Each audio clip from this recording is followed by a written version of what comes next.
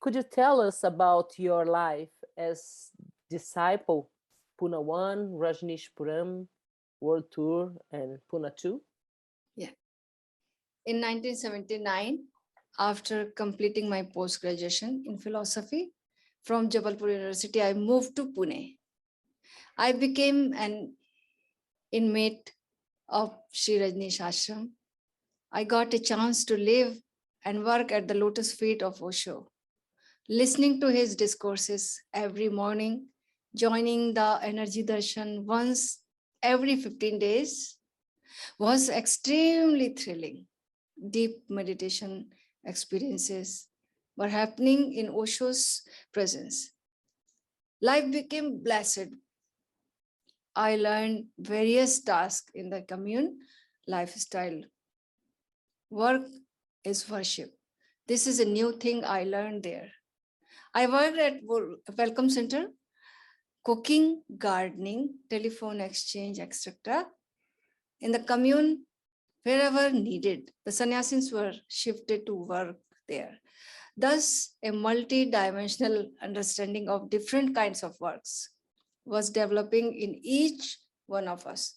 The art of doing work with awareness and lovingness became part of life. There were opportunities to do many other types of work in Rajneeshpuram. Mostly I worked in the bakery and in the kitchen. One night I had a vision that I am cooking something for Osho. After 3 days, I got instruction that I have to bake bread for Osho. I baked bread for Osho for several months in bakery. From here, I realized even more deeply that work is worship.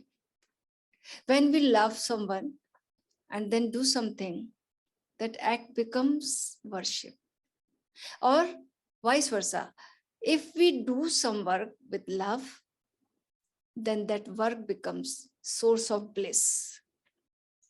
About 15,000 people were from all over the country used to come there on Guru Purnima in Rajneeshpuram. Every day, food was prepared for so many people during festival time. I would get a chance to work in that too. Various dishes were cooked belonging to different countries and cultures. Thus got the experience of international cooking. The cooking process for so many people so playfully was amazing. Osho remained silent for about 3.5 years. He gave darshan in the afternoon. When he would be driving, at that time, the sannyasins were standing on the side of the road, dancing, playing instruments, celebrating. I also used to play a drum and dancing and singing. One day it happened that Osho was driving and he stopped at the car. The car stopped in front of me. He started making gestures with his hands to play louder, faster. I put all my energy. Then a moment came as if some other great power has possessed me. And the drum was playing by itself, faster and faster, because I was not expert of playing drum, but I was seeing the drum was being played faster and faster and louder through his actions. I am just watching, just a witness. This unique experience is not forgotten even today. As if he's saying, now. Wow, strong experience.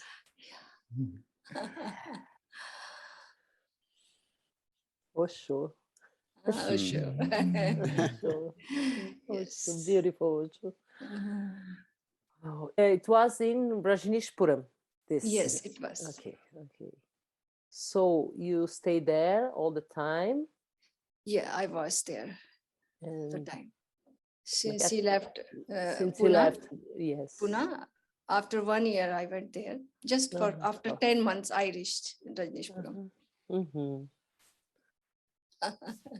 I remember my days as a disciple, even before the Pune days. It was after I finished my high school. And there was a summer vacation in India for 2 months. So I was free. I went to Mumbai and asked also what to be done. He said, you go to Kirtan Mandali. At that time, that was the way of spreading Osho's message and meditation techniques by doing Kirtan in the town and then giving talks, making Osho's audio available, and teaching people how to meditate. So this was the job. About 10 to 20 people were there. It was called Kirtan Mandali. Mandali means the group of people who do Kirtan. So we were going in Gujarat from small village to village, from town to town. So up for about 2 months, I was traveling in Gujarat, doing Kirtan in unknown places, between unknown people. And it was such a joy. People were watching with curiosity, what is going on? Who are these people? What are they doing? And then, of course, about 200, 300 people will gather. There was Swami Narendra Bodhisattva. He was the leader of the group. And he will give the talk. He will explain Osho's philosophy, Osho's vision of life. And he will conduct the meditation techniques in the morning, in the evening. So this was a great joy. For 2 months, I was working in the Kirtan Mandali. So this is before Pune days. Then when Osho moved from Bombay to Pune, he told me to do higher study. So I was studying in medical college.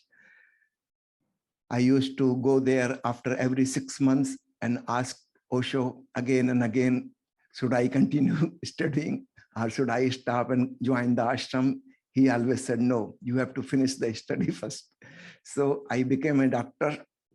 Then in 1979, I came to Osho finally, and he said, now you can become ashramite and start working in the medical center of the ashram.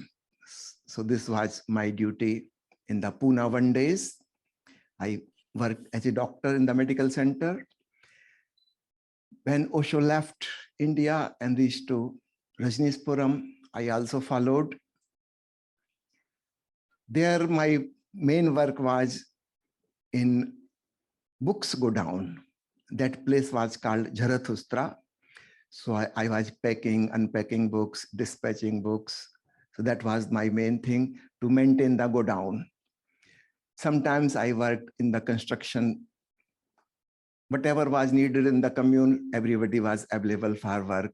So this was my main work, sometimes in construction, but mostly in the Jarathustra warehouse. When we reached back to India in the 1985, then I was with Osho in Manali. Priya was also there. And there I remember one beautiful thing happened. There were very few people living in Manali. And on Osho's birthday, 11th December 1985,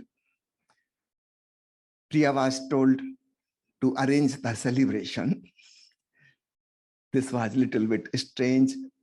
We were new in that town. We didn't know anybody. Nobody knew us. And how to do this? We didn't have any musical instruments. But with Osho's grace, we got everything, whatever was needed. We went to a musical shop and he said, just take anything you want and you can return back tomorrow. So we got many musical instruments. Priya did a beautiful singing devoted to Osho. This was the first song she sang in front of Osho. Fortunately, she again got this opportunity when Osho returned back after the world tour.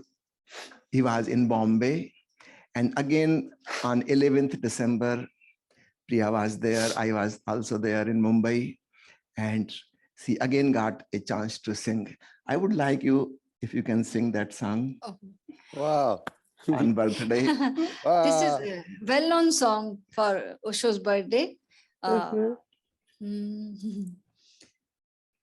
For all the birthdays, this song used to, some people used to sing, and that time I got that opportunity.